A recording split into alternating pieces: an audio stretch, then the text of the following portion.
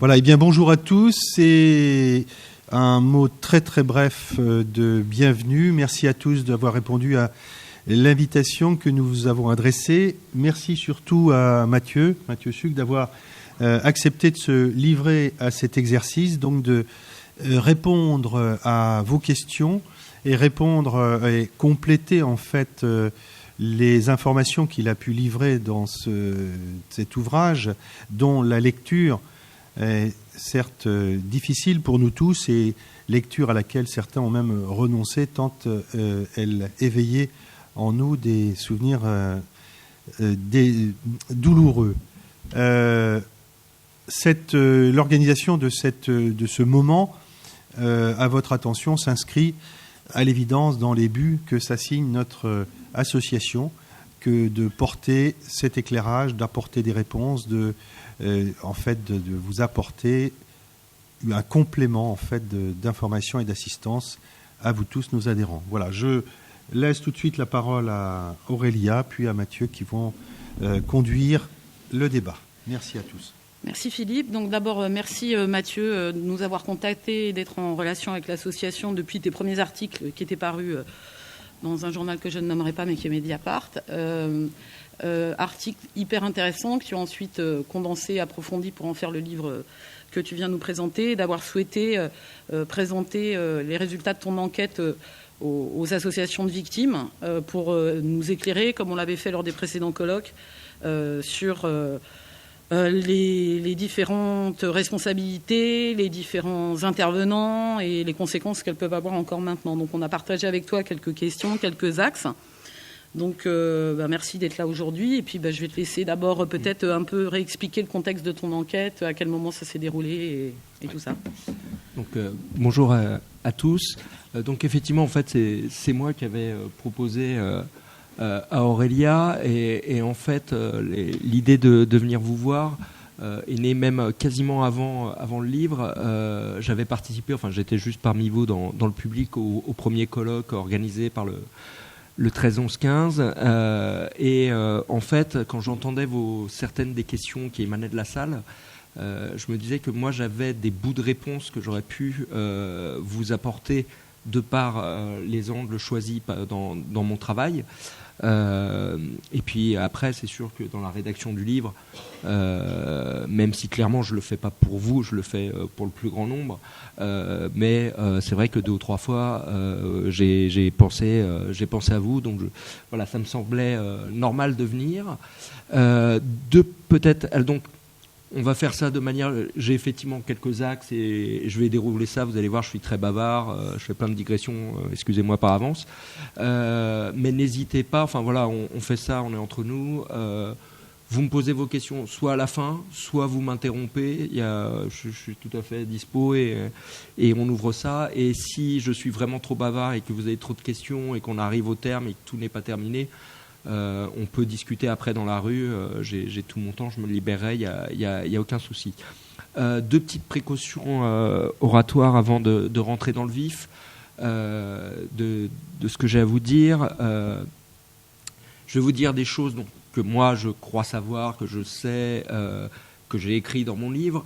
Ça pourrait donner peut-être sous forme d'accumulation l'idée que je surplombe le sujet et que peut-être que j'en sais plus que des policiers, que des magistrats. Pas du tout. Chacun son métier. Les magistrats, d'ailleurs on en a beaucoup parlé avec des magistrats après la publication du livre, on ne cherche pas les mêmes choses et on n'a pas les mêmes obligations. Eux, ils doivent administrer la preuve pour aller sur d'éventuelles condamnations. Moi, je suis beaucoup plus libre dans mon propos. Moi, je fais un récit. J'ai pas besoin de prouver que telle ou telle personne est coupable judiciairement. Je ne suis pas un auxiliaire de police ou de justice. Et puis, par ailleurs, nous sommes en train de parler de quelque chose qui est de l'histoire immédiate.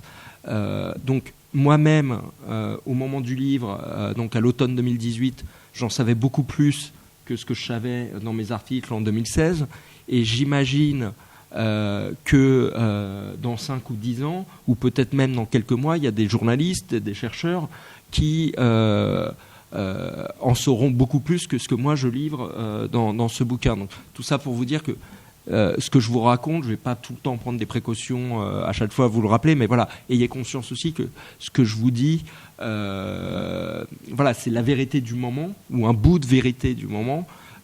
Et on va peut-être découvrir d'autres choses, d'autres personnes à l'avenir quand on pourra éplucher les archives de l'État islamique ou bénéficier de nouveaux témoignages. L'autre précaution aussi, voilà, moi je vais essayer d'avoir la parole la plus libre possible parce que justement j'ai pas ces contraintes des magistrats ou des policiers, et de vous livrer au maximum le fond de ma pensée.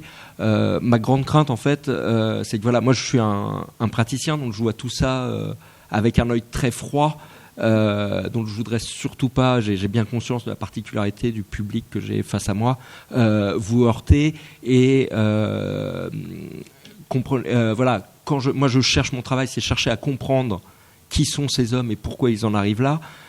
Quand je donne des explications pour essayer de comprendre ces gens-là, ne croyez jamais que c'est chercher à les excuser, comme a voulu le faire croire un Premier ministre un jour qui était peu inspiré. Voilà, donc encore une fois, tout ce que je peux dire sur eux, ça ne sous-estime, ça ne mésestime jamais la réalité de leurs actes. Voilà, donc parce que je voudrais pas commettre d'impair. Alors, venons-en maintenant au vif du sujet. Pour vous dire, je suis obligé de vous raconter un petit peu ma petite histoire. Moi, j'avais quitté Le Monde. J'étais en train d'écrire mon précédent livre sur les femmes de djihadistes quand est survenu le 13 novembre. Donc j'étais chez moi et j'ai découvert ça et vécu ça non pas comme un journaliste, mais comme un citoyen. Voilà. Et Mediapart est venu me chercher, donc j'ai démarré en janvier 2016. Et je me suis posé la question, en m'inspirant aussi de mon ressenti à moi en tant que simple citoyen, en tant que simple lecteur de ces événements.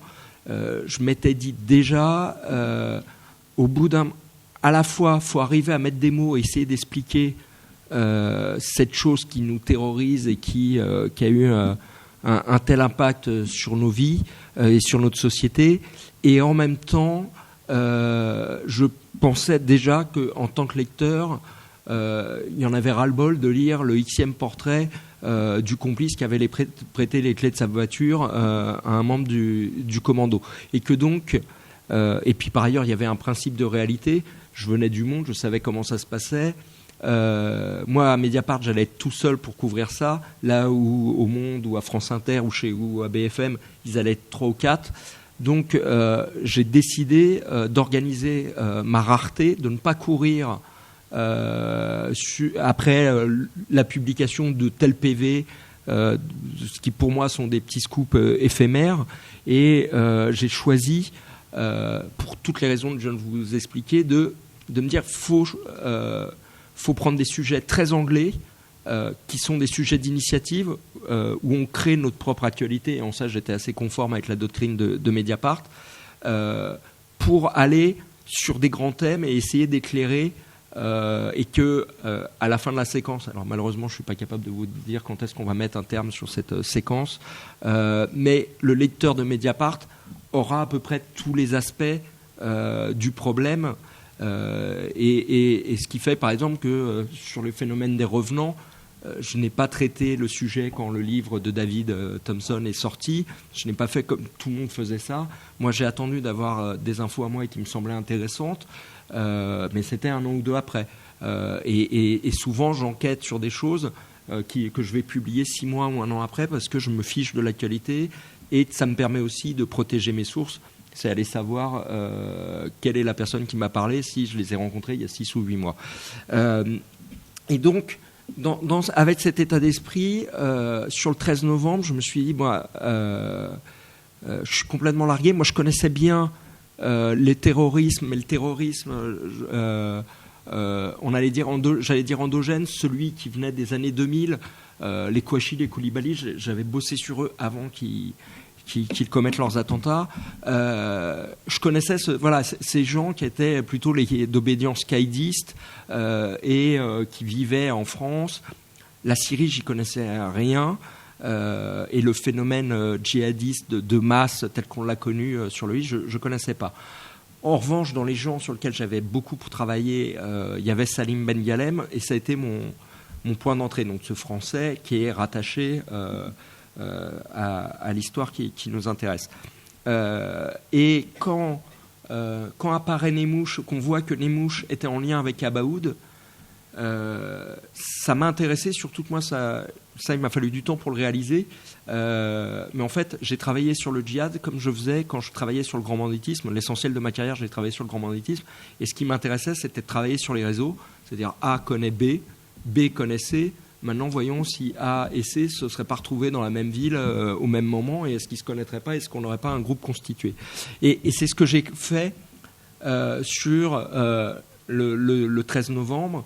Je suis parti de Salim Ben Ghalem. Salim Ben Ghalem connaissait Nemouche, Nemouche connaissait Abaoud. Est-ce que Ben Ghalem et Abaoud se connaissent? Et est-ce que j'ai eu ce sentiment assez vite en travaillant, et j'étais loin d'être le premier, et les services l'avaient, et les magistrats bien avant moi, c'est de se dire, mais c'est un tout petit univers, et que les gens qui nous ont frappés, ils sont pas comme ça 150, 200, les exécutants, oui, il y a peut-être, mais ceux qui ont planifié tout ça, ceux qui pensent tout ça, c'est un tout petit groupe, et faut raconter la petite histoire, et cette petite histoire arrivera à raconter la grande. Et donc c'était vraiment mon premier objectif. Ça a été le thème un peu de mes premiers papiers dans Mediapart. Et à un moment, en ayant accès à certaines procédures, je m'étais dit, mais il faudrait raconter la vie quotidienne des mecs qui vont devenir les terroristes. La vie quotidienne en Syrie. C'est-à-dire comment ces gamins qui ne sont pas forcément des délinquants très avancés quand ils partent en Syrie sur un émoi pseudo-romantique de venons faire une autre guerre d'Espagne djihadiste, quand au contact de la guerre vont commencer à prendre du plaisir à commettre des atrocités, vont basculer dans quelque chose, et qui fait que après ils sont volontaires et qu'ils ne se posent aucune question quand il s'agit de tuer des dizaines et des dizaines d'innocents. Et je travaille là-dessus, mais à l'époque, j'ai pas encore assez de connaissances et j'arrive pas à tout imbriquer. J'ai des trous dans les relations des uns et des autres, et pour moi, ça ne fait pas assez sens. Donc, je vais abandonner. Je travaille dessus pendant des mois. Je fais pas que ça, bien sûr, mais je mets de côté quand je travaille sur tel ou tel dossier et j'y arrive pas. Donc, je laisse de côté, et puis un an ou deux passe. Et non, c'est après, en fait, après Nice, je vais faire un papier sur ces tutoriels qui circulent sur Internet et toutes ces doctrines pour voir, vous savez, il y avait Inspire, le magazine d'Al-Qaïda sur le net, qui avait raconté comment commettre un attentat à la voiture bélier. Et donc, je voulais regarder à quel point le tueur de Nice s'en était inspiré. D'ailleurs, c'est très confondant, très troublant, il le suit vraiment à la ligne. Et je fais un papier là-dessus, un peu théorique, sur à quel point il s'inspire de tout ça. Je publie le papier, et une fois publié, quelques temps après, je me dis, mais en fait, je suis peut-être passé à côté du vrai sujet. C'est-à-dire que, comme tous les autres journalistes qui avaient fait ce type de sujet, je me suis focalisé sur ce qui nous marque, ce qui est le plus choquant à la première lecture, c'est-à-dire ce qui nous tue. Inspire, le magazine d'Al-Qaïda, dans leur premier numéro, ils ont le premier tutoriel pour commettre des attentats, le titre, c'est comment fabriquer une bombe dans la cuisine de votre mère. Oui, ils sont même bons en communication et en journalisme. Et donc je m'étais concentré que là-dessus. Et en fait, rétrospectivement, je me dis, mais dans tous ces tutoriels, certes, ils vous parlent des différentes méthodes pour commettre des attentats, mais à côté, il y a autant de chapitres qui sont consacrés à la sécurité. Et même c'est paradoxal, ils disent si vous sentez que vous avez un service de police dans les reins, vous arrêtez tout, vous attendez un an ou deux. L'essentiel, c'est la sécurité des moudjahidines. C'est quand même paradoxal pour des gens qui sont appelés à faire des attentats kamikazes.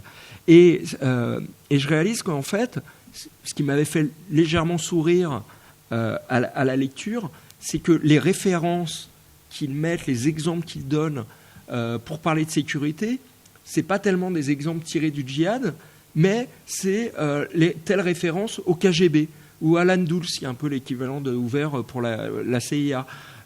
C'est des techniques, ils utilisent un vocabulaire très spécifique.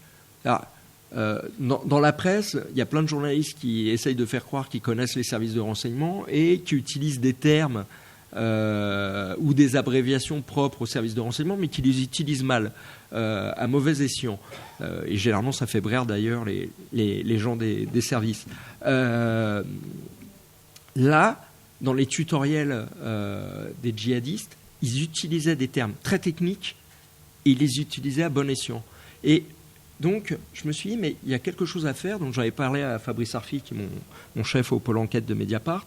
J'ai dit, voilà, on va faire un petit papier, mais un petit papier très théorique sur comment les djihadistes s'inspirent des services de renseignement pour nous frapper. Et je pensais faire un petit papier d'une page ou deux. Et on peut aller jusqu'à 5 pages dans le format numérique de Mediapart. Et puis j'ai une actualité chasse l'autre, j'ai des sujets qui me semblent plus importants au moment, à l'instant T. Et donc j'emmagasine et je me dis, bon, je le ferai un peu plus tard. Et puis au fur et à mesure, et en travaillant sur différents dossiers, je me dis, ah mais tiens, là, tel mec de l'EI quand il fait ça, ou dans ses discussions quand il fait ça, mais là c'est typiquement une technique de Rance. Et j'agglomère mon sujet et ça va devenir boule de neige.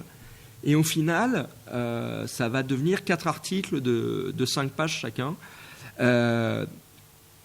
Et tout me rattache au fur et à mesure. Au départ, je pars de vieux exemples d'Al-Qaïda dans les années 2000.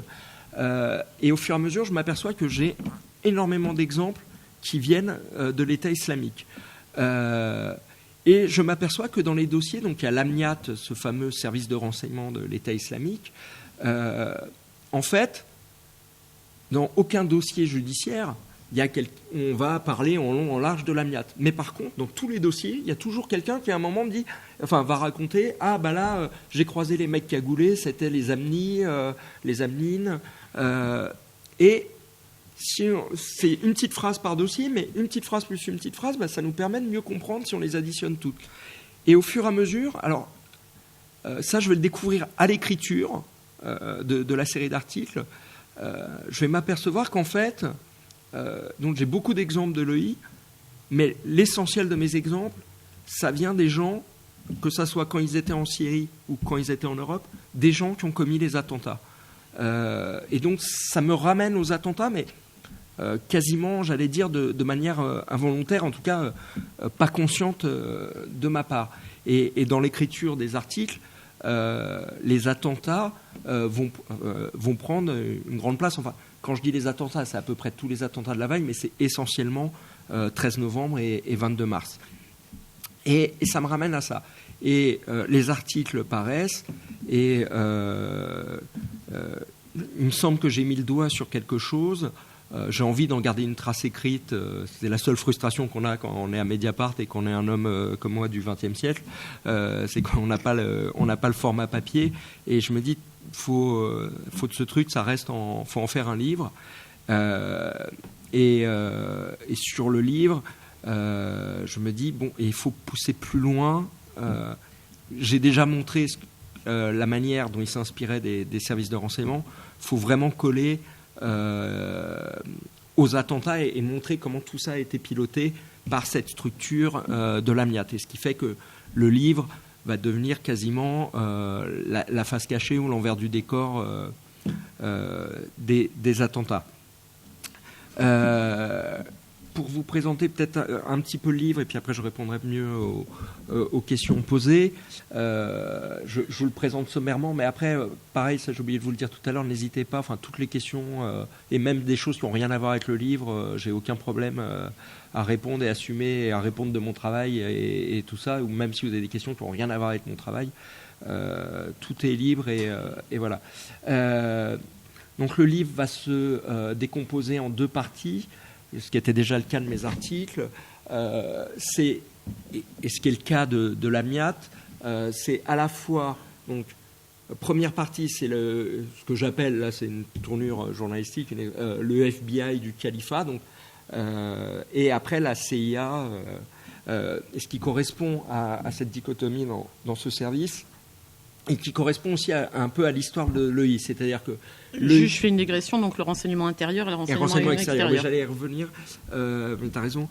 En fait, et ça me permet de suivre un fil chronologique qui raconte l'histoire de cette organisation terroriste, c'est qu'ils sont moribonds en Irak, ils planifient de manière très, très intelligente et très structurée leur invasion et la conquête progressive de la Syrie et comment ils vont manger les autres groupes terroristes. Et ça, ils vont le faire par des opérations de renseignement. Et vu leur formidable expansion en 2013-2014, ils doivent tenir leur territoire. Et donc, ça va passer déjà par un contrôle des frontières, mais surtout donc par l'action de l'AMIAT, qui vraisemblablement à cette époque-là, je ne suis pas sûr qu'elle s'appelait l'AMIAT, ça se construit comme ça au fur et à mesure, mais un service qui va faire du contre-espionnage, donc l'équivalent de notre DGSI, du FBI, du Shin Bet en Israël. C'est contrôle à l'intérieur du pays de ce qui s'y passe pour voir s'il y a des taupes envoyées par les services occidentaux ou moyen-orientaux. Et on est d'accord, c'est pas du tout la police religieuse qui contrôlait le suivi de la charia ou... Alors, sur l'AMNIAT, alors déjà, Amn en arabe, ça veut dire sécurité. Donc, ça va au-delà, je pense, d'un service de renseignement. Et en fait, il y a 4 branches. Il y a le service de renseignement intérieur, service de renseignement extérieur, j'y reviendrai après.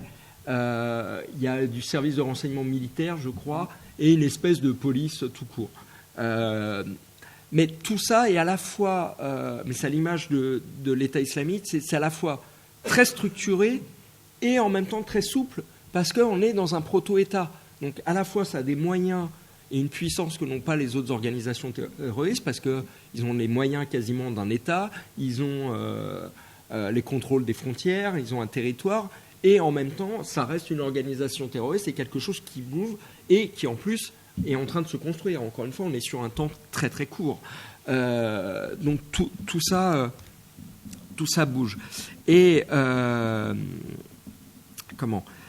et donc voilà, ils contrôlent. Arrive 2014 et les frappes de la coalition qui contraignent fortement l'État islamique. Et l'État islamique va décider de frapper l'Occident pour un gain politique, parce que ces gens-là pensent toujours en stratégie, à moyen, court ou long terme, et pour faire cesser les bombardements. Ce en quoi la vague d'attentats est une réussite malheureusement pour eux, malheureusement pour nous, mais pour eux opérationnelle, mais c'est un échec politique.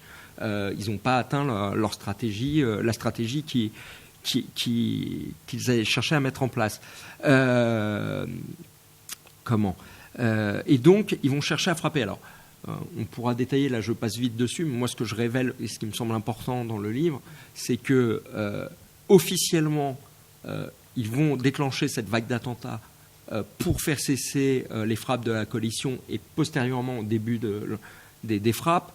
Ce qu'on voit, ce qu'on sait, c'est que les gens qui vont planifier les attentats, les planifier, et ceux qui vont y participer, notamment sur le 13 ou le 22 mars, étaient déjà volontaires et étaient déjà dans cette démarche-là. Et il y avait déjà des choses qui se préparaient, déjà des choses qui étaient commises. Le meilleur exemple, c'est Médine-et-Mouche. Simplement, l'État islamique, en tant qu'État, proto-État, ne le reconnaissait pas officiellement. Mais tout ça était en jachère, et il est vraisemblable qu'on aurait eu la vague d'attentats, peut-être pas au même moment, peut-être pas sous cette forme-là, mais c'était quelque chose qui se préparait de très longue date. Et donc voilà, cette séparation que je fais dans le livre me permet de suivre chronologiquement la construction de l'État islamique, chronologiquement à travers les personnages, on va y revenir, et cette dichotomie sur l'AMIAT. En réalité, comme je vous ai dit, l'AMIAT, il y avait 4 branches. Bon, après, moi, je parle de ceux où je vois des Français et où j'ai la matière, et où, en plus, c'est ce qui nous intéresse, parce que ça nous permet d'arriver et de comprendre ce qui s'est passé pour les attentats. Mais par ailleurs, je pense qu'un des petits trucs que j'ai raté, mais que j'ai compris bien après la publication du livre. Quand je vous dis que tout ça est à la fois très structuré et aussi souple, c'est qu'on voit bien que Abaoud ou Lachraoui ou d'autres, ou Ben Galem, dans le courant de l'année 2015, ils sont à la fois en train de préparer des attentats, donc dans ce bureau des opérations extérieures, cette CIA, et en même temps, ils font des interrogatoires au stade de foot de Raqqa, ils font des actes qui sont du ressort de cette espèce d'FBI de contre-espionnage. Je pense que les frontières sont floues et qu'on pouvait être à la fois dans les deux branches de l'amiat et qu'en fait, on est dans l'amiat. Juste une petite digression qui revient à ta question sur la Hijba et sur la police religieuse.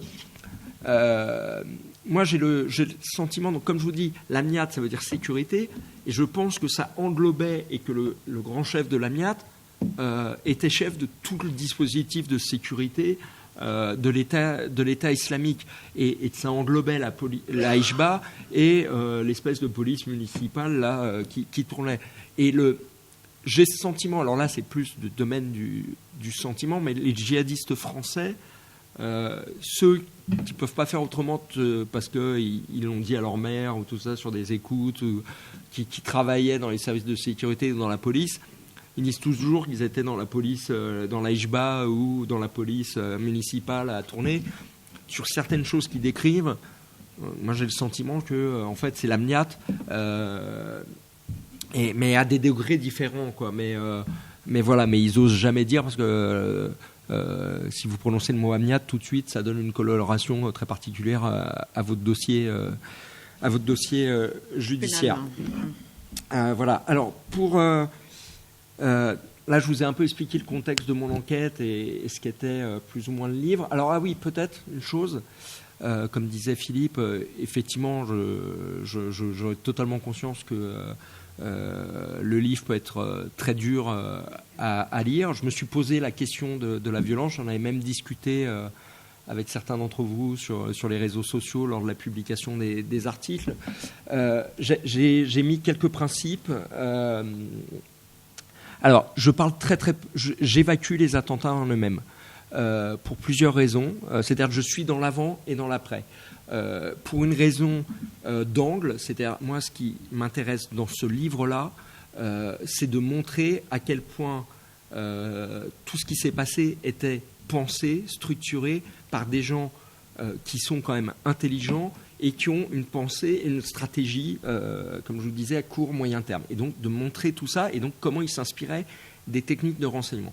C'est ça mon propos. Il me semblait que mettre les attentats allait rajouter, ou décrire les attentats, allait rajouter quelque chose d'encore plus fort, bien sûr, et qui allait détourner un peu le propos. C'était pas ce qui me semblait important sur ce livre-là, alors qu'à l'inverse, sur les femmes de djihadistes, mon précédent livre, où là je suis sur les femmes de la périphérie Kouachi Koulibaly, je m'étais posé la question, je m'étais dit qu'est-ce que je fais des attentats donc je parle des femmes qu'on trouve de janvier 2015, et je m'étais dit qu'est-ce que je fais des attentats, est-ce que je fais juste des portraits de femmes, mais c'est un peu bizarre de faire le portrait d'Ayad Boumedienne et de ne pas parler des attentats. Est-ce que je raconte les attentats dans les portraits des nanas, mais en même temps on n'est pas sûr, bon, sur Ayad Boumedienne un peu plus, mais sur d'autres dont je parle, on n'est pas sûr du tout qu'elles sont impliquées dedans, en tout cas moi je ne voulais pas juger, je livrais ça à l'appréciation du lecteur. Donc je m'étais pris la tête sur qu'est-ce que je faisais des attentats. Et en fait j'avais choisi de faire un montage alterné qui correspondait assez bien à la vie de ces femmes. C'est-à-dire que je faisais des chapitres très très courts où je racontais minute par minute les 4 ou 5 jours de janvier 2015, où là on est du côté des hommes et des crimes qu'ils commettent, dans des chapitres très très courts et qui structurent le récit.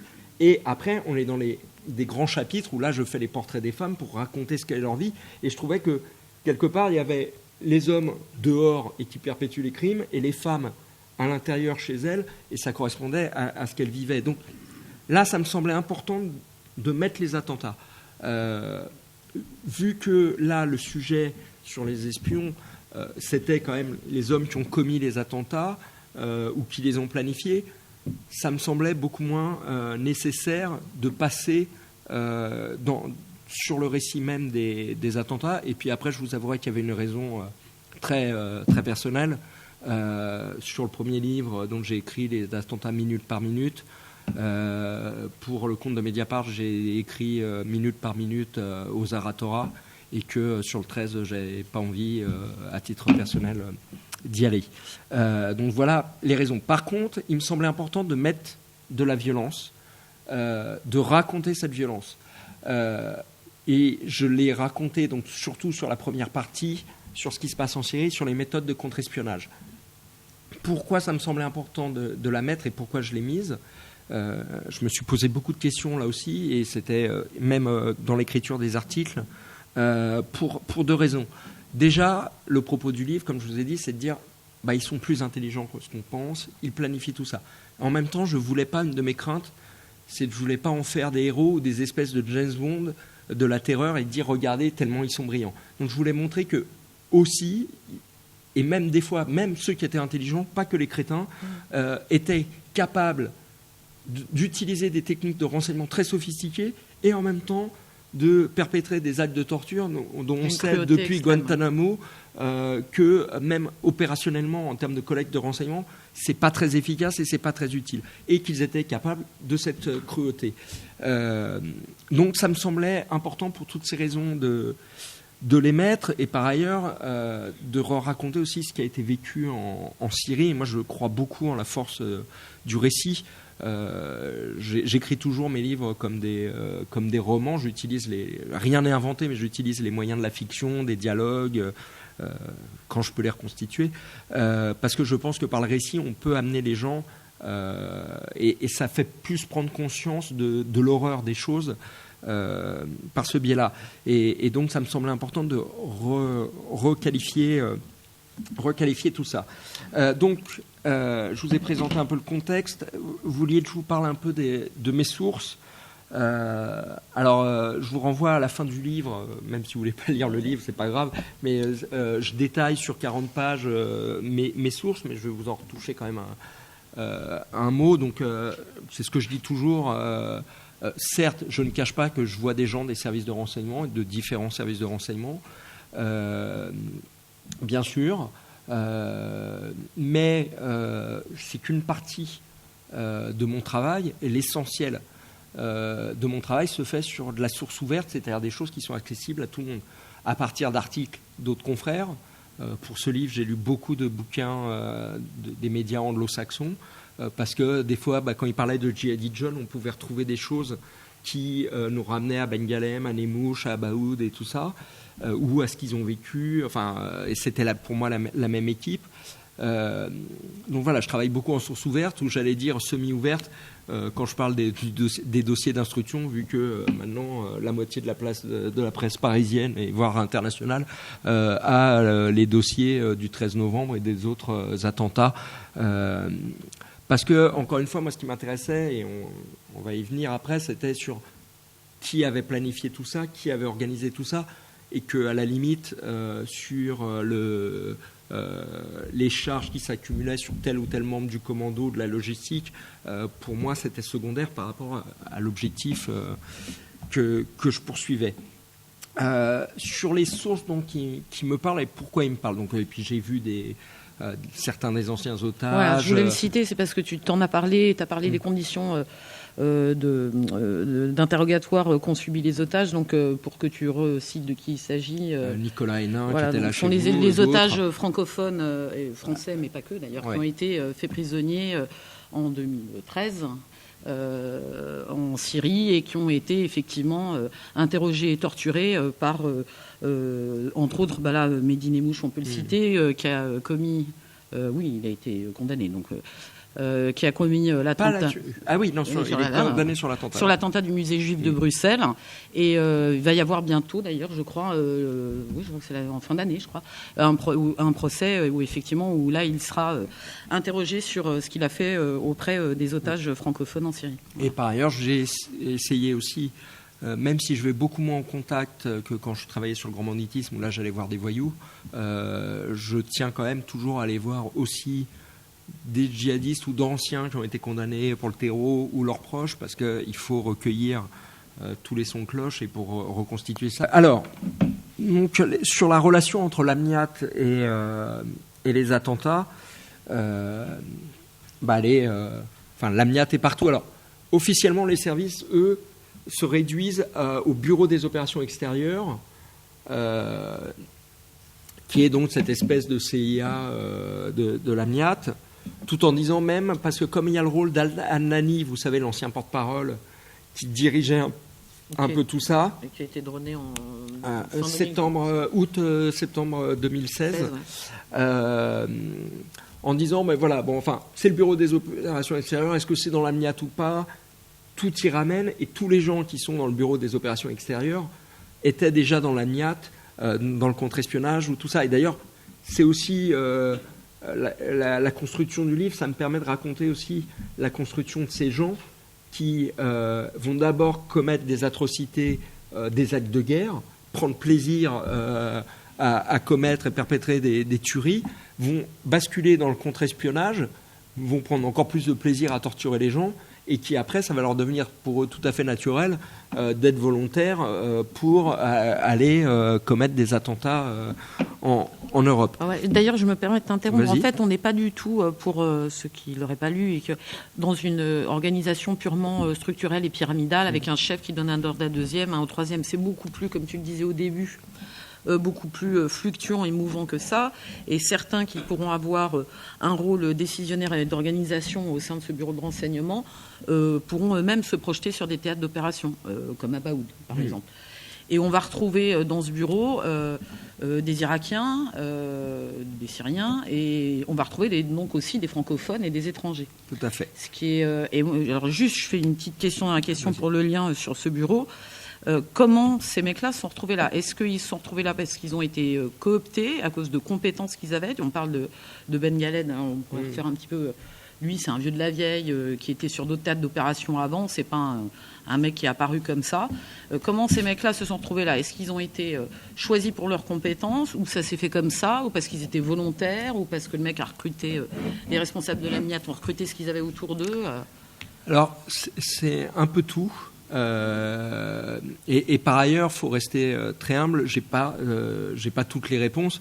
On est quand même en train de parler d'un service secret d'une organisation terroriste. Donc forcément, il y a encore. Quand c'est je pas vous dis sur Wikipédia encore. Non, il y a encore plein de choses qu'on ignore. Et peut-être même, je n'exclus pas. Pour l'instant, je le crois pas, mais je n'exclus pas que dans 6 mois, 1 an, on va découvrir dans les archives de l'EI qu'en fait tout ça a été chapeauté par un autre mec dont on n'avait absolument pas connaissance. On ne sait même pas qu'il existe. Je crois pas. Enfin, mais. Pourquoi pas? Donc c'est un peu tout. C'est-à-dire qu'on voit bien que les principales têtes, ce sont des vétérans. C'est-à-dire, je pense d'ailleurs que ça a été un des ratés de nos services, pas seulement français. Hein. Tout le monde s'est focalisé, mais c'est humain. 2012-2013, quand il y a la vague de départ en Syrie, on voit des gamins qui viennent de partout. C'est-à-dire que c'est pas que des enfants de cité, c'est pas que des enfants issus de l'immigration maghrébine, 2e génération.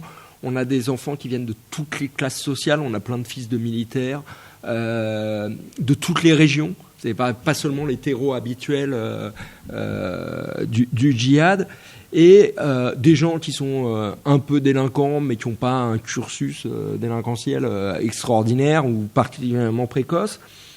Et puis ces gens s'affichent sur Facebook, racontent les crimes qu'ils perpétuent en Syrie, cette espèce de lol djihad qui est tout sauf drôle, mais voilà, et que on se focalise, et d'ailleurs cette critique est valable aussi pour nous médias, sur ces gens-là qui sont très visibles, qui sont un truc un peu surprenant et un peu neuf, alors qu'en fait, dans le lot vont partir des vétérans. Et ça, il a fallu un peu de temps, je pense, au service pour le comprendre. Quand on parle des vétérans, ça remonte aussi loin que l'Algérie. Il y a des anciens du GIA. Il y a le GIA, il y a l'Afghanistan, sinon. Et surtout, Afghanistan. Enfin, des anciens d'Al-Qaïda ou des différentes filiales d'Al-Qaïda et qui ont fait le djihad depuis 2000-2005. Et moi, c'est ceux-là qui m'intéressent. C'est ceux-là qu'on va retrouver à la tête de l'amiate, en tout cas chez les francophones. Et c'est ceux-là qui planifient tout ça. Et c'est ce que je dis toujours, c'est que quand ça fait 15 ans que vous échappez aux drones des Français, des Américains, des Israéliens et tout ça, c'est que vous n'êtes pas mauvais et que vous avez des habitudes et une discipline de clandestinité qui est bonne. Et donc tout ça, c'est des personnages, je pourrais vous les redétailler s'il y a des questions, mais il y a des gens assez fascinants et qui ont des parcours absolument brillants en termes de terrorisme. Donc on est très très loin du jeune loup solitaire sorti de sa cité, cité par certains hauts responsables du renseignement. Les fameuses meutes de loups solitaires. Voilà. Oui, non, mais c'est important de le dire parce que sans verser dans une espèce de... on nous a caché des réseaux qui étaient préexistants et qu'on connaissait. Non, là, il y a une vraie méconnaissance, une vraie erreur des services, quoi. Vous voyez, enfin, oui, je pense qu'ils ont un peu, forcément, de toute façon, s'ils n'avaient pas raté, on serait pas là aujourd'hui, oui, quoi. Quand on a la vague qu'on connaît en Europe, voilà, il y a un échec collectif. On pourra revenir sur des détails d'échecs précis. Moi, j'en ai chroniqué plein dans Mediapart. Mais de toute façon, sans même aller sur des échecs qu'on peut chroniquer factuellement, quand vous avez 250 morts en France et je ne sais plus à combien on est en Europe en 2 ou 3 ans, forcément, c'est un échec pour nos démocraties, pour notre sécurité, voilà. Alors, pour revenir au cœur de ta question sur comment ça se passe, donc oui, ces vétérans vont coopter des petits jeunes qu'ils connaissent, qu'ils ont connus dans des katibas en Syrie ou qu'ils ont connus d'avant ou qui sont leurs potes de quartier. Il y a des logiques de quartier qu'on reproduit là-bas. Moi, il y a un truc que j'ai pas fait. Je voulais faire un chapitre et puis ça s'imbriquait mal dans mon récit. Et puis je pense que c'était pas le cœur. Mais il y a un truc. J'ai des billes, mais j'ai pas encore analysé. J'ai pas regardé si. Moi, j'ai un sentiment. Il y a un truc qui explique beaucoup de choses sur le djihad syrien, c'est la Tunisie. Beaucoup plus que l'Égypte. L'Égypte, c'était ceux qui voulaient se parfaire leur culture religieuse, les vrais sachants. Tu veux dire pour ceux qui sont partis... En fait, quand vous regardez, j'allais venir, sur tous ceux qui ont fait les attentats ou participé aux attentats, toute cette nébuleuse, ce petit groupe de 20, 30 individus, qu'ils soient français, belges ou autres, moi j'ai le sentiment... ils sont tous passés par l'Égypte en 2011-2012, et je voulais comparer les dates et les lieux. Et mon intime conviction de ce que je vois... encore une fois, je n'ai pas poussé jusqu'au bout l'analyse, mais qui sont quasiment dans le même quartier au même moment. Et que ces gens-là vont se rencontrer. Et certes, il y en a qui sont connus en tôle en France, certes, il y a les logiques de quartier, mais après, ils sont tous là sur cette vague. Après le printemps arabe, ils vont tous en Tunisie. Ils se retrouvent à peu près tous logés dans le même quartier. À peu près sur quelques... Mais il y a tout le monde, hein. Il y a Oussama Attar, donc le cerveau du 13. Il y a Boubacar Al-Hakim, qui est l'autre grand cerveau du 13, même s'il n'y est pas judiciairement. Vous avez Ben Galem, vous avez des membres du 13, vous avez Tyler Villus, qui est pour moi le vrai chef du commando. En fait, vous retrouvez tout le monde en Tunisie, et moi je pense que c'est aussi quelque chose qui fait que ce noyau-là va après prospérer au sein de l'EI, aussi parce qu'ils font preuve de leur talent au combat. Hein. L'EI c'est pas comme ça sur le blanc-seing. Et puis il y a l'impulsion de Oussama Attar et de Boubacar Al-Hakim qui ont tous les deux le même profil de gars qui sont venus combattre en 2003, 2004, 2005 lors de la première guerre, seconde guerre en Irak, et où Al-Qaïda en Irak se crée. Et donc ces gens-là, Attar et Al-Hakim, sont en contact de tous les gars qu'on va retrouver à la tête de l'État islamique. Donc là, c'est pas des gamins, c'est des gens qui ont fait preuve 10 ans plus tôt de leurs compétences, qui connaissent le théâtre syrien et irakien et qui connaissent tout le monde. Donc ces gens-là, quand ils arrivent, ce sont déjà des stars là-bas et ce sont déjà des stars pour les classiques de l'EI. Donc eux vont monter et ils entraînent avec eux la jeune génération. Et c'est comme ça que tout ceci se constitue. Est-ce que du coup, tu regardes la liste, est-ce que c'est le moment de parler des frères Klein ? Alors juste avant, peut-être sur ce qui... Ah oui, allez, les Klein, vu que j'ai parlé de l'Égypte. Alors effectivement, je parle absolument pas des Klein, ou très peu. Et ça me donnera aussi l'occasion de vous parler de l'attentat du Caire. Alors les Klein, Pour moi, on m'a toujours dit qu'ils ne faisaient pas partie de l'Amiat. Ils sont dans le ministère de la Communication. Ils sont dans la propagande. Alors, le fait que j'en parle pas, entendons-nous bien, s'ils étaient vivants et si la France les avait attrapés, ils méritaient leur place dans le box pour le procès du 13, vu qu'ils ont fait la revendication et qu'ils auraient pris perpète plus perpète.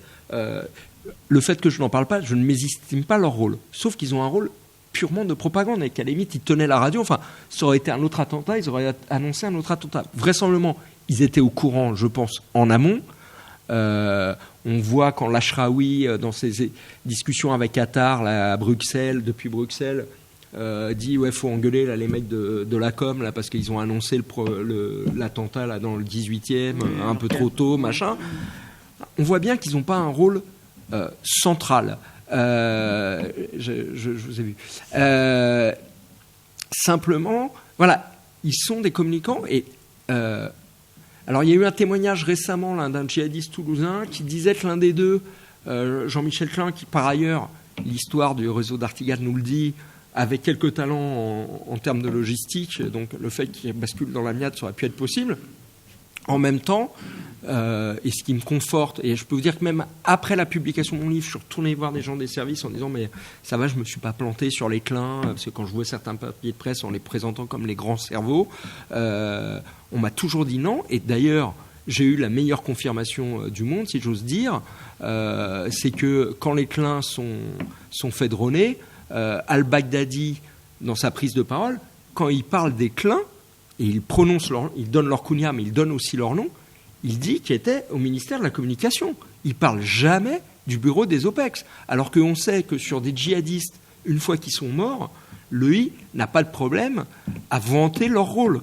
Si les Kleins avaient joué un rôle opérationnel dans la planification et dans l'exécution des attentats, l'EI n'aurait eu aucun souci à le dire. Et d'ailleurs, ils le disent quand les frères Bakraoui vont se faire exploser dans l'attentat de Bruxelles. Dans une publication de l'EI, ils vont dire sans eux, on n'aurait jamais réussi les attentats du 13 novembre, gloire à eux, machin. Sur les Kleins, on est purement dans un rôle de communicant. Simplement, une partie de la presse, parce qu'ils ont voulu additionner 2 plus 2 et trouver que ça faisait ça, comme il y avait l'exemple du Caire, et donc j'en viens, parce qu'on m'a posé aussi cette question, sur l'attentat du Caire et le fait, ah ben attendez, ils avaient mentionné le Bataclan. Bien sûr, c'est troublant. Et on peut se poser la question. Mais je pense que c'est une fausse idée. Enfin, il y a une erreur qui a été faite. J'y reviendrai après et je vous ai pas oublié, monsieur. Mais c'était ça. Question. D'accord. Il y a 2 choses. Moi, mon sentiment, c'est une des vraies connexions. Donc, par ailleurs, oui, juste les Kleins. Faut voir qu'ils arrivent courant 2015 très tard. En Syrie. Donc ils y sont tard. Probablement qu'ils montent après, et puis en plus il y a l'aura de Mera qui les aide et leur antériorité dans le djihad, mais j'ai du mal à les voir arriver aussi secs sur un projet d'attentat d'ampleur du 13 novembre. Et d'ailleurs, le truc est déjà largement amorcé quand eux arrivent. Bref, pour moi, une des clés que j'explore pas du tout dans mon livre, mais une des clés aussi de compréhension et qui revient aussi à répondre à ta question sur comment ça monte, c'est aussi le groupe Forza Analiza. Vous savez, ce groupe qui projetait des attentats notamment, qui réfléchissait sur Charlie Hebdo et tout ça, et qui a été démantelé, c'était sous l'ère Valls, donc ça doit être 2013-2014, ou 12, je sais plus, enfin bref. Il y a plein de gens qui sont passés par Forza Analiza, même s'ils n'ont pas été inquiétés dans le dossier judiciaire, qu'on va retrouver en Syrie et dans les réseaux qui ont conduit aux attentats. Ben Galem était proche de Forza Analiza et d'autres. Vous savez, moi, plus que le Caire, ce qui m'avait marqué, c'est cette fameuse vidéo de 2009 où il y a au Bataclan un concert là, pour les douaniers israéliens, et vous avez 4 ou 5 jeunes qui vont, visage masqué, menacé plus ou moins plutôt gentiment d'ailleurs, faut reconnaître. Enfin, c'est pas trop méchant en disant vigile, faut arrêter, machin, et prévenez bien votre direction. On va passer à des choses plus dangereuses. Il s'est toujours dit que c'était des gens de Forza Analiza. Et moi, je me demande si dedans il n'y a pas Salim Bengalem notamment, ou un des frères Kouachi.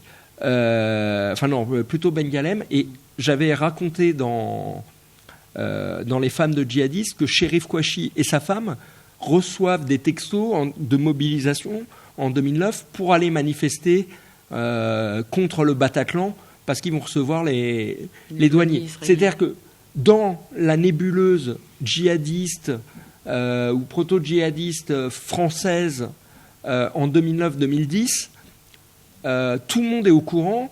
Moi, franchement, avant de m'intéresser au djihad, franchement, fallait savoir que le Bataclan avait fait un concert de charité pour les douaniers israéliens. En revanche, dans la mouvance djihadiste, tout le monde le savait. Donc, on n'a pas besoin d'éclats sur le Caire et de l'attentat du Caire pour le faire. En revanche, là où pour moi il y a un raté,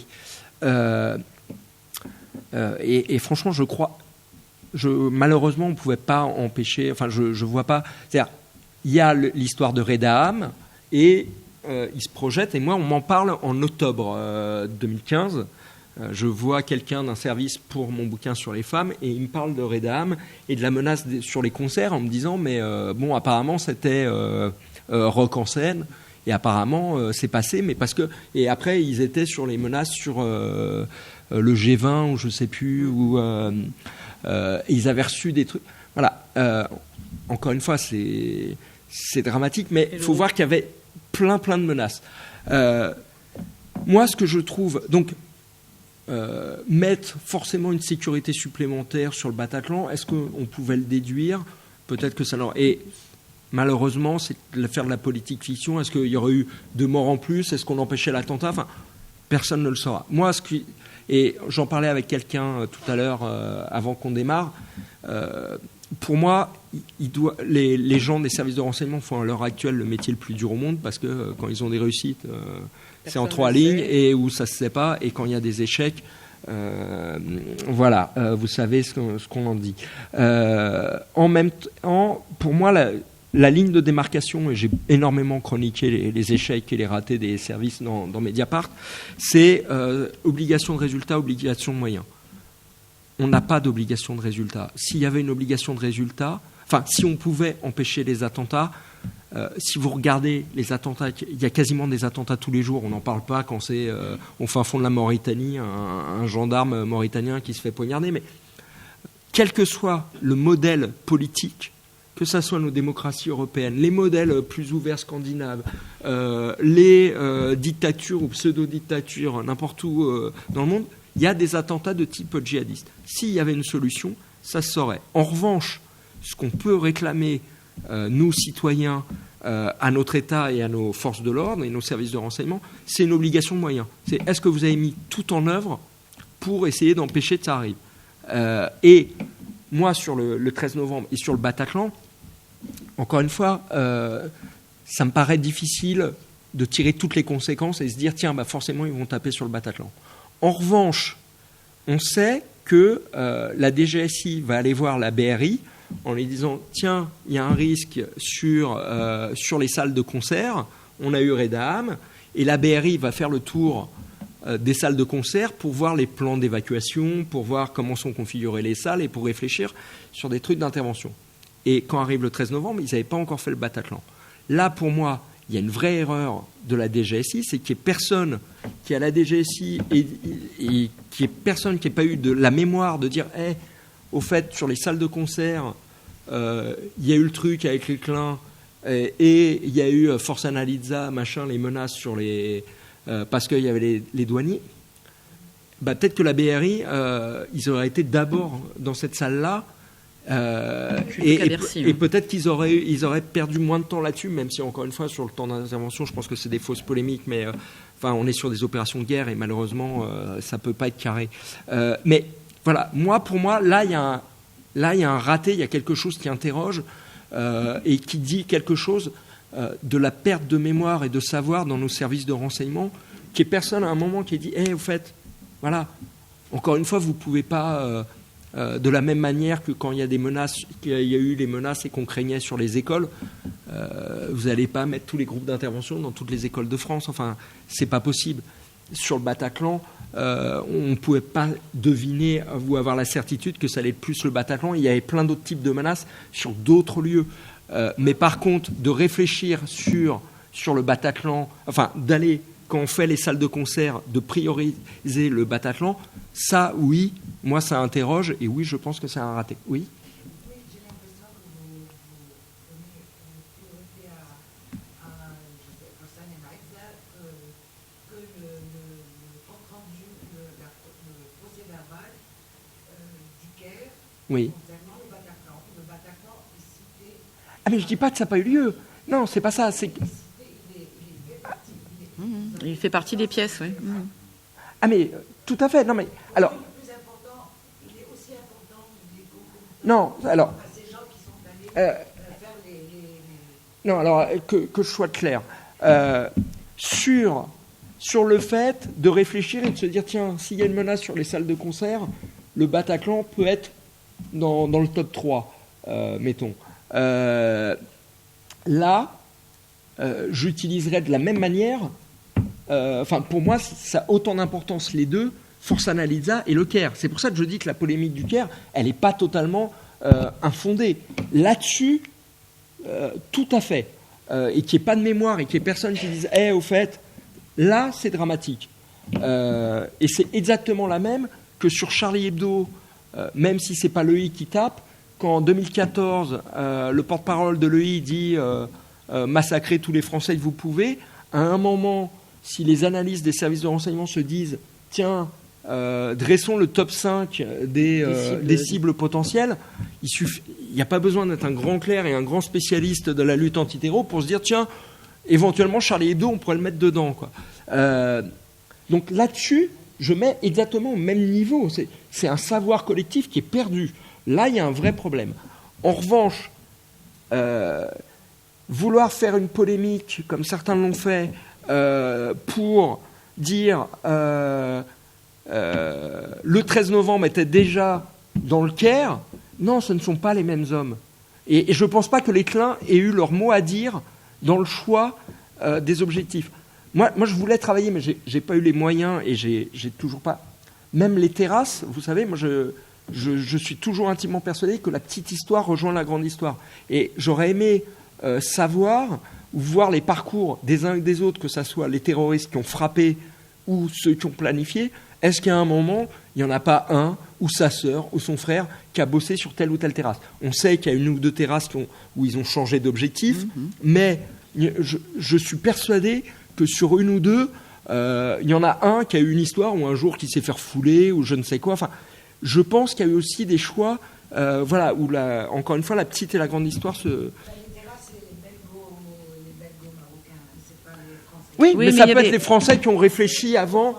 Il y avait des adresses qui étaient rentrées dans les GPS, si je ne me trompe Ouais. pas. Donc, je crois qu'il y avait au moins une adresse dans un des GPS, dans celle qui a été laissée dans le 18e, justement. Et regardez, par exemple, sur l'attentat de Glam, Sid Ahmed Glam, sur Villejuif. Au départ, donc, est un personnage qui est un des personnages les plus importants, même s'il n'est pas sur le 13 novembre. Et là aussi, quand je vous dis que je n'ai pas toutes les solutions, je ne comprends pas pourquoi. C'est celui qui vraiment va penser et va amener apparemment auprès du calife l'idée de commettre des attentats structurés et projetés depuis la Syrie. Abdel Nasser Beni Youssef, qui est un franco-algérien, donc ancien des GIA et qui a évité tous les services pendant 20 ans, lui n'est pas dans le 13. Et je ne sais pas pourquoi. C'est lui qui conçoit quasiment la création du Bureau des opérations extérieures. Alors peut-être qu'il avait semble-t-il... C'est lui qui est en relation avec Sid Ahmed Glam. Et qui est en relation avec Sid Ahmed Glam. Et quelques mois après, il n'est pas du tout... A priori, de ce que je sais, il n'est absolument pas impliqué dans le 13. Alors peut-être il avait des talents aussi, vraisemblablement de chef militaire, et peut-être qu'il l'avait déployé sur d'autres terrains. Ou alors ils ont cloisonné, ce qui arrive aussi oui. dans les services. Hein. Mais par ailleurs, ses deux grands potes, c'était Oussama Attar et Boubacar al-Hakim. Alors peut-être qu'ils estimaient qu'ils n'avaient pas besoin de lui pour ou que lui, il avait des choses plus urgentes, je ne sais pas. Mais bref, Beni Youssef, quand il mentionne Glam, au départ, il veut lui faire taper des objectifs qui sont là où lui a vécu, où Beni Youssef a vécu. Pas des objectifs sur le terrain que pourrait connaître Sid Ahmed Lam, là où il a grandi ou machin. C'est les objectifs dans la ville que connaît le commanditaire. Donc même si c'est les Belges qui ont tapé sur les terrasses, ça peut très bien être un Français, un de ceux qui planifiait, qui a choisi l'objectif. Mais là-dessus, c'est des hypothèses que j'émets. J'ai pas la solution. Oui, madame ? J'ai répondu à votre question, en fait. Excusez-moi. Vous parlez de Reda Am, oui. Je me souviens plus parce que c'est quand même un peu compliqué. Oui, bien sûr. Il y a beaucoup de name dropping, ouais. Celui qui est arrêté en août 2000. Voilà. Ouais. Et qui va raconter qu'il avait été missionné par Abaoud. Ça, c'est la question. Et alors, question très vaste. Mhm. L'attentat du Thalys, Oui. août 2015. Oui, oui. Qui est dans la même, c'est la même histoire. Et là, je trouve que, enfin, je constate, moi, une absence totale de réactivité de la part de nos services. Enfin, je trouve que ça n'a pas. On était dans la torpeur de l'été. Non. Enfin, nous, alors nous, la population. Ouais, ouais. Je sais pas, enfin, on est resté. Non, je peux vous dire que c'était un peu la panique. Surtout qu'il faut voir, c'est concomitant quasiment avec Reda Am. Donc vous avez d'un côté des mecs qui sont en train de tirer, qui veulent tirer sur le Thalys, et puis enfin le Thalys c'est une succession de miracles. Et de l'autre côté vous avez Reda Am, et les deux en plus, vous savez, qui sont actionnés par Abaoud. Donc il y a quand même un énorme moment, enfin il y a un énorme coup de chaud, et c'est pour ça d'ailleurs que Hollande va autoriser là les éliminations où il cherche à taper Abaoud, Ben Galem et tout. Sauf que malheureusement, je crois que le retard pris sur la méconnaissance de ces gens-là et tout ça est déjà trop grand et qu'on n'arrive pas à relier tous les fils et que là, on est dans une course contre la montre qui malheureusement là se termine mal pour nous. Soyez un peu. J'ai une question sur la chronologie. Là, on parle de l'été, donc 2015. Oui. Abaoud, il est déjà en Grèce. Oui. Non, voilà. Donc, il est déjà en Grèce. Non, mais il est même déjà en Belgique. Il est déjà en Belgique et il le rate en juillet en Belgique, en Grèce, à Athènes, c'est ça. Non, c'est en janvier. En janvier. Sur Verviers. Sur l'histoire de Verviers. Non, je parle pas de Verviers, je parle de la Grèce où il le rate. Oui, mais lui est en Grèce. Ah oui, il est en Grèce. Non, il le rate à ce moment-là. Mais après, on ne sait pas où il est, en fait. Non, ça, et en fait, les services sont persuadés qu'il est en Syrie. Et parce qu'en plus, il fait son interview en Syrie, et les mecs se disent, bon, il est complètement cramé, il va pas revenir. Ah oui, non, oui, la vidéo, il est en Syrie, effectivement. Non, c'est pas la vidéo, c'est l'interview à Der al-Islam, ou je sais plus. Et là, il est en Syrie. Il est en Syrie. Donc, il revient, et il repart. Mais voilà, là, après, on est sur quelque chose... où effectivement, là où on est quand même à l'échelle de deux continents. Enfin, on a le Moyen-Orient, l'Asie et l'Europe, donc contrôler. Vous savez, à chaque fois, quand on regarde les films d'espionnage ou les Jason Bourne, on a l'impression qu'on est dans une ère de toute surveillance. Alors oui, on y vient quand même un peu, et des fois, il faut se battre pour nos libertés publiques, mais... en fait, la réalité est quand même beaucoup plus complexe que ça. Et sur Tyler Villus, je le raconte dans le bouquin, à la fois, il savait qu'il arrivait, donc il y avait une mise en attention, et c'est probablement ça qui a aidé, mais il arrive avec des faux papiers, et en fait, c'est parce qu'il y a un mec qui sent pas le truc, qui trouve qu'il parle mal un douanier turc, et en fait, il monte dans l'avion, et... ils vont chercher, donc il est supposé d'être de je sais plus quel pays, et ils vont chercher un mec qui bosse là, et ils vont le voir, et ils vont le toper dans l'avion. Ça s'est joué à ça. Alors qu'apparemment, les services savaient qu'il arrivait. Ouais. C'est pas si sûr que ça. Parce que, en fait, ceux qui meurent sous les bombes des kamikazes, sont sublimés. Vous voyez, c'est là qu'on va utiliser Et encore une fois, ceux qui meurent... un vocabulaire très spécifique pour en faire des héros et des martyrs. Mais ils ont été... Non mais attendez, ils ont été sublimés, et ils ont eu un hommage du calife. Enfin, franchement, il y en a eu combien ? Mais simplement, il n'y aurait eu aucun souci pour le calife de reconnaître leur rôle dans le 13 novembre vu qu'ils étaient morts. Moi, je vous dis ce qu'ont toujours dit les services, ce que là le calife dit, et voilà, ils ont toujours été dans la com. Moi, j'ai un doute sur Jean-Michel Klein suite aux déclarations d'un djihadiste, mais c'est postérieur, c'est 2016-2017, qui éventuellement, vu l'attrition qu'il y a eu au sein de l'Amniat, où beaucoup de gens ont été tués, qu'un des Klein soit monté au sein de l'Amniat et au sein des bureaux des opérations extérieures, c'est pas impossible. Mais pour moi, c'est 2016-2017. Sur le Bataclan, ils n'y sont pas. Le 13. Sur Le 13. Oui, pardon, excusez-moi. Ils n'y sont pas, et sur le 22 mars, non plus. Et la manière dont l'Ashraoui parle d'eux sans les nommer, on voit bien qu'ils sont pas dedans. Et la seule fois donc, où je parle des Klein dans le bouquin, c'est par rapport à quelqu'un d'autre. On est fin 2014, début 2015. On voit bien que, certes, ils ont un peu d'entre-gens, certes, ils savent ce qui se passe au sein de l'État islamique, mais ils ne sont pas du tout dans le top management. Ils n'ont pas du tout le niveau d'un Boubacar El Hakim ou d'un Oussama Attar. C'est à petit niveau. Et ce n'est pas parce que nous, on les connaît qu'ils vont être très reconnus au sein de l'EI. Et encore une fois, le calife, après, leur a rendu hommage, c'est quand même quelque chose de très fort, mais il n'aurait eu aucun problème. Au contraire, ça aurait été très bien s'il avait dit c'est eux les cerveaux du 13, la presse du monde entier l'aurait repris. Ça aurait pu être son intérêt. S'il dit qu'ils sont dans la com, c'est que je pense que véritablement, ils sont dans la com. Et voilà, enfin, et moi, il n'y a rien qui laisse entendre le contraire. Et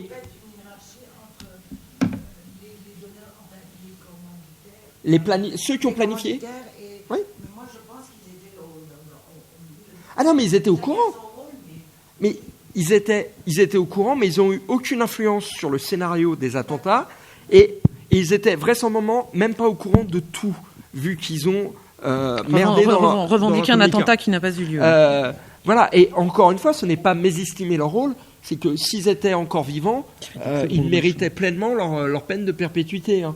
Il n'y a aucun souci là-dessus. Ils sont complices du 13 novembre. Simplement, ils ne sont pas à l'origine et ce n'est pas eux qui dirigent le truc. Voilà, c'est juste... Et justement, on peut peut-être en venir... Oui, vas-y. Donc il y a des personnages qui ne sont pas très connus, que tu cites dans ton livre, mais qui étaient, vraiment, qui avaient des rôles cruciaux et primordiaux dans la planification, d'abord au sein de l'Amniat et dans la planification des différents attentats, principalement du groupe du 13 et du 22 mars, qui nous intéressent. Que sont devenus ces charmants jeunes gens ? Alors oui, c'était une des révélations du bouquin, c'était le fait que tous les commanditaires du 13 novembre, mais d'ailleurs, en fait, donc moi j'ai eu accès à certains documents classés secret défense qui disaient tiens, avec la mort, donc c'était au moment de la mort d'Attar, donc à l'automne 2017, c'était genre tiens, ça y est, tous les commanditaires sont morts et les Klein n'y sont pas. Donc je produis la liste de noms. Donc il y avait Boubacar El Hakim, dont je vous ai déjà pas mal parlé, il y avait Attar et tout un tas de Syriens ou d'Irakiens. Alors, d'ailleurs, quand je dis commanditaire, c'est un peu exagéré, c'est plutôt tous les grands chefs opérationnels qui, depuis la Syrie, ont participé, les grandes têtes pensantes. Bon, après, le commanditaire ultime et le dernier homme qui manque là-dedans, c'est Baghdadi. Bien sûr que le calife... Enfin, c'est Al-Adnani qui donne le feu vert. Et par ailleurs, moi, pardon, on m'a toujours raconté... et on me l'a encore redit dernièrement, c'est qu'a priori, El Adnani, donc le porte-parole, n'est pas dans la planification. Il a des connaissances. Alors, il est copain avec Attar, il est copain avec El Hakim, mais déjà, c'est le bras droit du calife. Et même si c'est un combattant, il a surtout des grandes connaissances religieuses.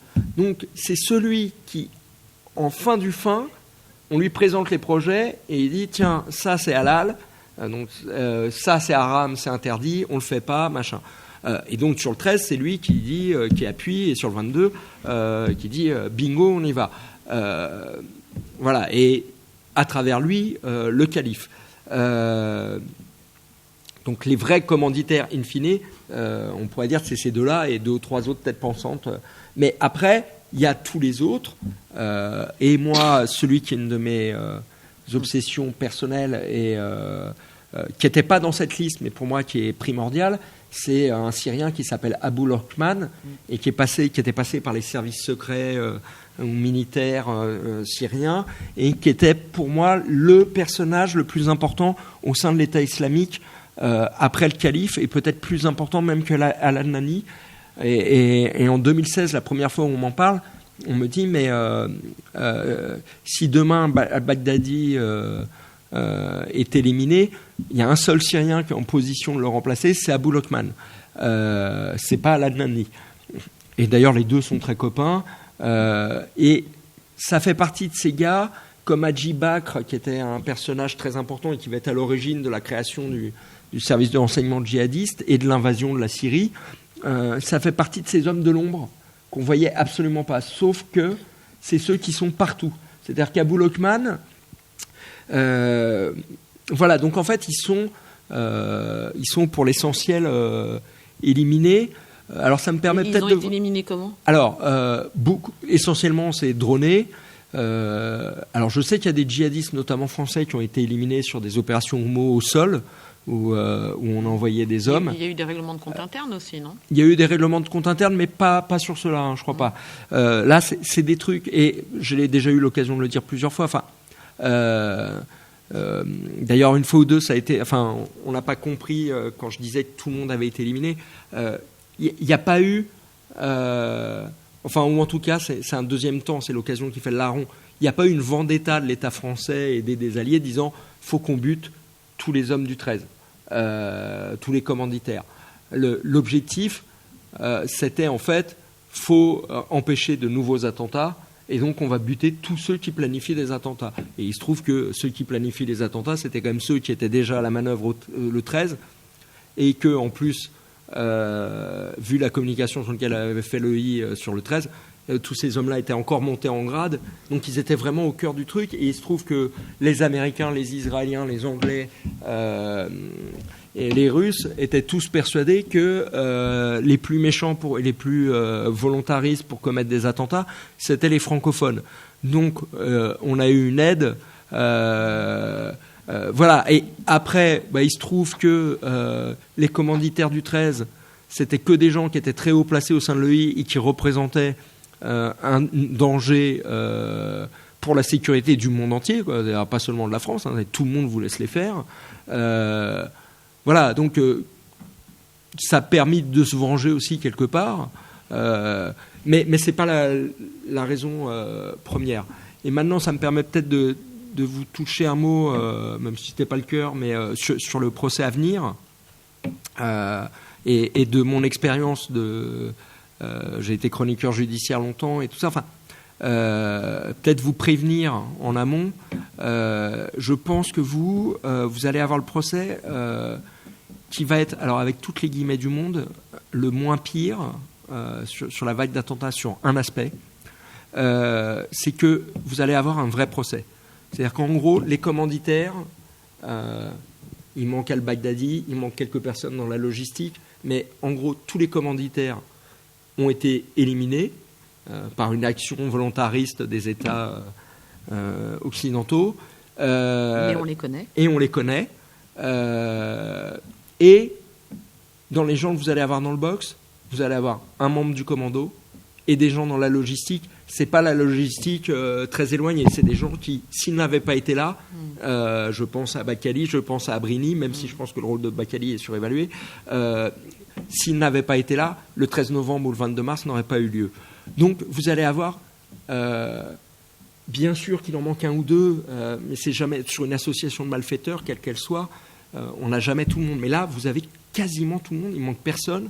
Soit al-Baghdadi, oui, bien sûr. Non, mais Abaoud, il n'est pas le plus important. C'est le, non, c'est le chef opérationnel sur le terrain, mais Abaoud. Oui, mais c'est la courroie de transmission des des cerveaux. C'est pas. Mais donc, soit ils ont été éliminés, soit ils vont être jugés et on sait qu'ils vont se prendre tous perpète plus perpète. Par rapport à d'autres procès d'attentats, je pense, moi, Charlie Hebdo, l'hypercachère, ça va être ignoble à vivre parce que vous allez avoir des pimpins dont l'essentiel n'a rien à voir avec le djihad et le terrorisme. Nice, ça va être terrible. Voilà, enfin, vous allez avoir des gens dans le box et ceux qui ne seront pas dans le box, ils auront été éliminés. Alors, j'ai dit que c'était le moins pire. Maintenant, très sincèrement, parlez-en. Enfin, on en a déjà un peu parlé l'autre jour quand on avait fait notre réunion préparatoire. Parlez beaucoup avec vos avocats qui vous préparent à ça. Je vous ai dit que ça va être moins pire. Ça va être quand même très dur. Vous allez attendre qu'ils parlent. Ils ne parleront pas. Mais en tout cas, vous n'aurez pas d'excuses. Vous n'aurez rien. Et par ailleurs, même sur des cas de droit commun, pour la partie civile, c'est toujours un traumatisme, c'est toujours très dur. Et là, vous attendez, vous projetez toujours plus que ce que vous aurez. Et un procès, c'est extrêmement violent. Et donc, voilà, vous voyez vraiment, enfin, là, c'est vraiment un conseil avec vos avocats respectifs ou les avocats de la SOS ou tout ça, mais à vous préparer parce que ça va être... il n'y aura pas de bonne solution. Ça va être moins pire parce que, encore une fois, les auteurs, les coupables vont être condamnés. Vous n'allez pas avoir des produits de substitution. Ceux qui sont là, c'est à raison qu'ils sont là. Mais quand même, vous le vivrez mal.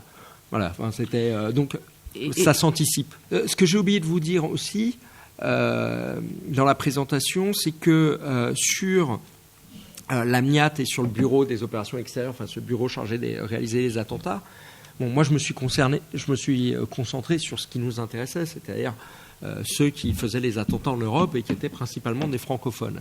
Mais en fait, le I, c'est encore une fois, on navigue entre ce côté à la fois très structuré et à la fois très souple.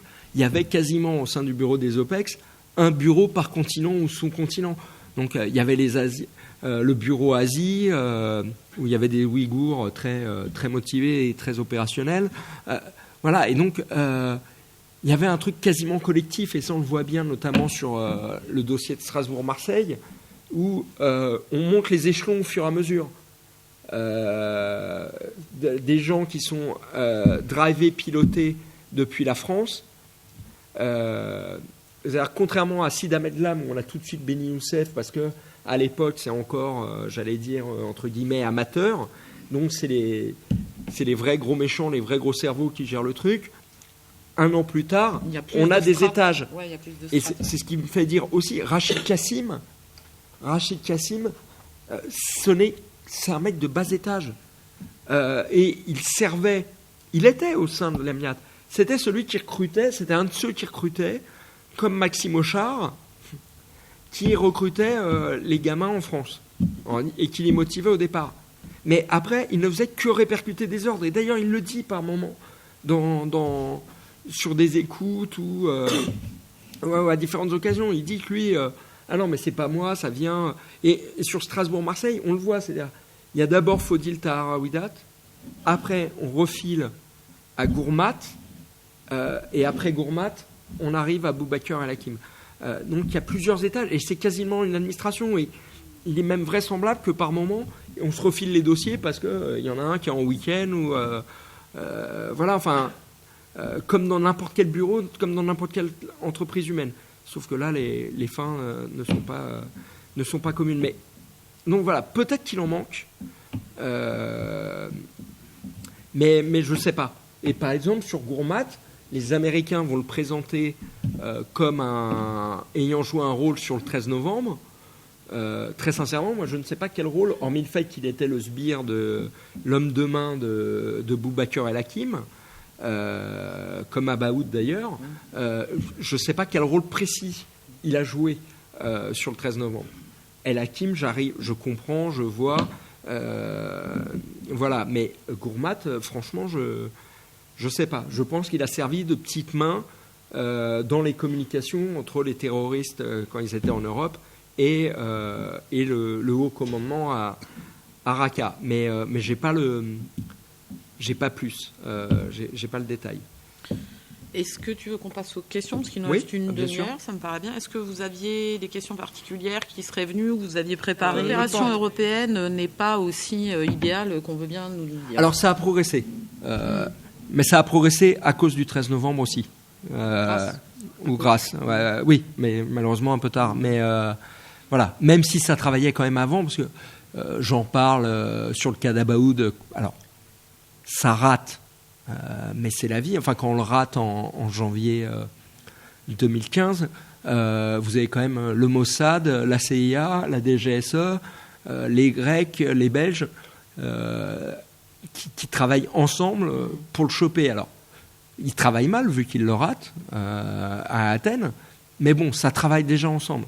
Mais moi, on m'a quand même dit plusieurs fois que le 13 novembre avait vraiment... Enfin, on m'a raconté le lendemain du 13 à la DGSI, où apparemment, mais ils ont eu les services du monde entier, enfin les Chinois qui appelaient... Qui proposaient leurs services. Qui disaient, putain, nos condoléances, et puis attendez, si vous avez besoin, et tiens, ça, et tout le monde filait...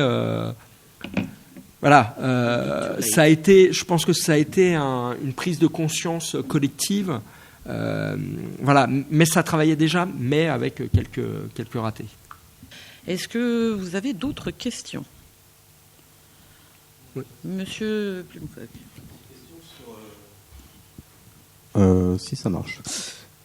Sur l'état de la menace actuelle, parce qu'en fait, quand on finit le livre, on a l'impression que, je vais pas dire c'est terminé, mais qu'il peut plus y avoir de nouveau de 13 novembre. Non, alors... Et tant mieux si c'est le cas. Moi, je suis moins optimiste. Alors, c'est ce que je raconte toujours, c'est que la structure qui a commandité cette vague d'attentats a disparu et tous les hommes ont été tués ou sont en détention et vont pas sortir. Donc la structure qui a rendu possible le 13 novembre ou le 22 mars n'existe plus. Après, l'EI, et même sous sa précédente appellation Al-Qaïda en Irak, a connu une large attrition de ses têtes et a toujours, l'histoire nous montre, qu'elle a toujours su se régénérer et produire de nouveaux cadres et de nouvelles structures très, très opérantes, malheureusement. Donc, qu'on soit en position à l'heure actuelle de connaître un nouveau 13 novembre, je ne crois pas, enfin, et c'est l'analyse des services, mais c'est pas trop compliqué à concevoir. L'état de la menace à l'heure actuelle, elle est plutôt endogène, donc des gens qui n'ont pas réussi à rejoindre la Syrie et qui, depuis leur cuisine, imaginent à nous frapper. Ce qui est problématique par rapport à la thématique de mon livre, et ce que les services analysent aussi, c'est que ce savoir que je détaille dans le bouquin, il s'agglomère de génération en génération et il transcende les organisations terroristes. C'est que vous soyez Al-Qaïda ou EI ou les Shebab, ça passe de l'une à l'autre, de la même manière que les organisations d'extrême gauche, enfin terroristes d'extrême gauche dans les années 60-70, se transmettaient des savoirs opérationnels. Et sur les dernières années, les attentats qu'ils aient eu lieu, qu'ils aient été déjoués ou qu'ils aient échoué, nous ayons frappé en France, à l'analyse, les services constatent que de plus en plus souvent, même ceux qui se radicalisent au fond de leur cuisine et projettent un attentat en petit comité, utilisent des moyens de clandestinité qui sont ressemblants à ceux de l'Amiat et des autres, via les tutoriels sur Internet, via tout ça. Donc il y a un savoir qui s'agglomère et qui se passe de génération en génération. Donc ça, c'est... moi, je continue à penser que c'est inquiétant. Maintenant, la situation en Syrie et la pression internationale, France incluse, est telle que, encore une fois, ça paraît très très compliqué. Moi, je pense que l'état de la menace, ce qui me préoccupe plutôt, c'est ce qu'on appelle les sortants, c'est ceux qui quittent la tôle, et on en parlait avec quelques-uns là avant que ça démarre. Moi, ce qui m'inquiète, c'est même pas tant ceux qui sortent, qui ont pris leurs 2 ou 3 années là en Syrie au début, machin. Là, il y a ceux qui avaient rejoint la zone AFPAC dans les années 2000-2010, enfin donc afghano-pakistanaise, pour rejoindre Al-Qaïda, qui ont été formés par Al-Qaïda. Il y a des gens qui ont été formés par celui qui a formé Mera et qui ont été formés 6 mois, 1 an, qui ont combattu. Mera, il y est resté 3 jours, qui sont des vrais gros méchants et qui étaient déjà très, très motivés pour commettre des attentats. En plus, je me dis de ces gars-là, donc, ils sont très forts.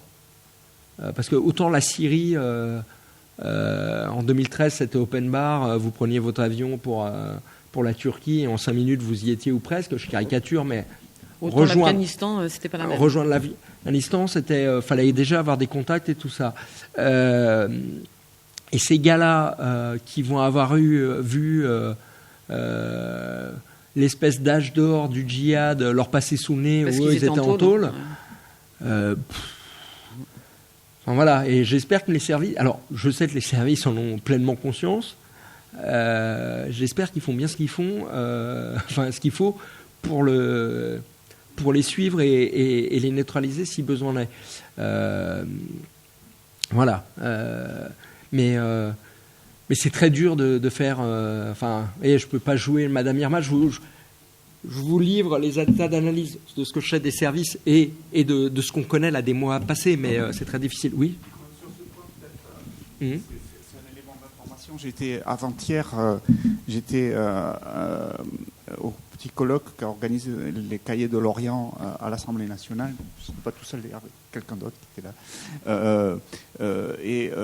Parmi les intervenants, il y avait Asna Hussein, que vous aviez entendu, pour ceux d'entre vous qui étaient venus au colloque de l'UNESCO, qui analyse la présence de Daesh sur Internet et qui a fait une actualisation de son analyse à la lumière de la situation actuelle, c'est-à-dire de la défaite militaire de l'État. Et de la perte territoriale du Cham. La perte territoriale. Et donc, ce qu'elle dit, c'est que quantitativement, il y a eu quand même une diminution de la production, mais qui reste d'un niveau qualitatif très élevé, avec des infographies toujours très professionnelles, en 30 langues quand même. Avec, dans le contenu, évidemment, des choses qui ont changé. Alors, les aspects festifs de la guerre ont disparu. La mythologie du Cham, on n'en parle plus. Et puis, il n'y a plus la promotion de la hijra des départs, au sens, il n'y a plus de hijra horizontale du Dar al-Harb vers le Dar al-Islam, mais par contre, il y a une mise en avant d'une hijra verticale, c'est-à-dire d'aller rejoindre Allah directement par le djihad, là où vous êtes, quoi. Donc, alors ça, c'est juste de la com, on ne peut pas en déduire, mais... Voilà. Alors, par ailleurs... C'est ça le discours, maintenant. Sur la com, je partage, et c'est pas moi, c'est... en France, on a celui qui se cache derrière les pseudos sur Twitter, Historico-Blog, et après Max Patton sur France Soir, que je vous invite à lire. Enfin, il analyse toute leur propagande, et il fait le même constat que ça baisse pas du tout, au contraire. Alors, en même temps, il triche un peu, c'est-à-dire qu'il recycle aussi des fois des images et des bouts de vidéo des productions d'il y a quelques mois ou quelques années, donc ça fait effet de masse. Mais je suis totalement d'accord avec ce que vous disiez. Par contre, d'ailleurs, il faut peut-être qu'un jour j'écrive là-dessus, le truc sur la relocalisation, le fait que l'EI envoie... ou que les djihadistes partent en Afghanistan ou sur d'autres territoires de djihad. Alors, c'est une grande crainte. C'est très suivi par les services. Sur les Français, pour l'instant, ça tient lieu du mythe. Ceux qui ont rejoint l'Afghanistan, ils sont 2 ou 3, je crois, et je dois compter les femmes dedans. Je ne suis pas très précis sur les chiffres, mais c'est à peu près cette échelle. Ah oui, sur ces derniers mois ou ces dernières années. Donc voilà, il semblerait que ceux qui ont pu partir, c'était et rejoindre d'autres théâtres, c'était ceux qui étaient originaires de ces coins-là, donc des Asiatiques, voilà, ou des hauts gradés peut-être.